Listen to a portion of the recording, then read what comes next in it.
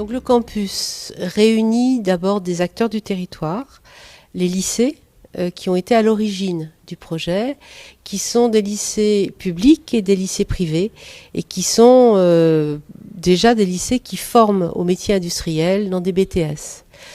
Il y a aussi les collectivités locales, et particulièrement les 3 communautés de communes du pays qui ont pris en compte leurs compétences développement économique, qui se sont investies dans le projet. Il y a aussi la CCI territoriale qui nous a rapprochés des entreprises et qui nous a donné la possibilité d'avancer sur le projet. Nous avons été aussi soutenus par les conseils généraux. Et puis le conseil régional qui a décidé de faire de Redon un campus de proximité tel qu'ils sont inscrits dans le schéma régional de l'enseignement supérieur. Alors c'est parti d'un certain nombre de constats.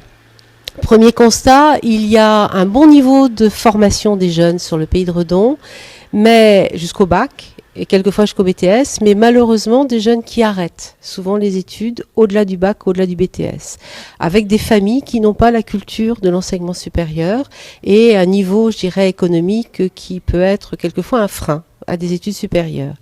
Il y a des lycées de qualité et qui forment des jeunes gens sur les métiers de l'industrie et qui sont reconnus dans l'environnement. Il y a des entreprises, parce que Redon est un pays industriel, et des entreprises qui étaient demandeuses de compétences pour mieux innover et pour mieux répondre à des clients. Et puis, il y a eu une volonté politique qui émergeait, et particulièrement la volonté politique des communautés de communes de soutenir l'industrie, de soutenir les familles qui ont besoin que les enfants se forment, et tout ça a permis à un moment d'aboutir à un constat, c'est que il nous manquait un niveau de formation sur le pays de Redon qui était le niveau Bac+3. Et à partir de là, nous avons analysé avec les entreprises qu'étaient les besoins de compétences à ce niveau-là dans les métiers industriels.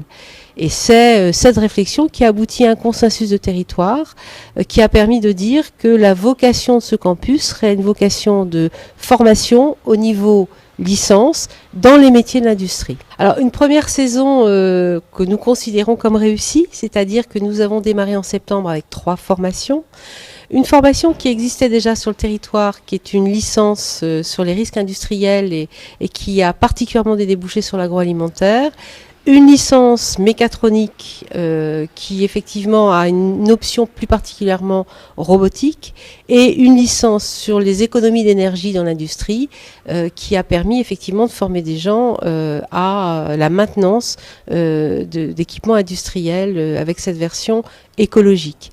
Alors la CCI a été très aidante dès le départ. Elle a été un excellent relais et je pense qu'elle a su bien présenter le projet aussi aux instances régionales qui ont elles aussi été très rapidement en soutien du projet. Alors soutien économique, c'est-à-dire que nous avons reçu des subventions qui nous ont permis de démarrer, puisque le modèle économique du campus c'est de percevoir des subventions pendant 4 ou 5 ans pour petit à petit trouver son équilibre et son autonomie financière.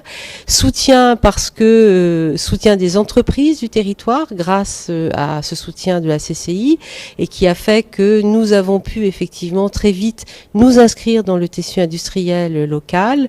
Et puis je dirais soutien dans la gouvernance, puisque la vice-présidence du campus est attribuée à la CCI, et que ça nous permet d'avoir effectivement un lieu où on réfléchit ensemble, non seulement sur les formations en cours, mais sur les besoins de formation à venir. Pour nous, l'accompagnement de la CCI a consisté principalement dans un premier temps à consolider nos hypothèses, à vérifier que ce que nous avions comme intuition par rapport aux besoins de formation étaient des intuitions pertinentes, et a donc permis effectivement que ce campus ne soit pas un campus hors sol, mais bien un campus porté par le tissu économique du territoire.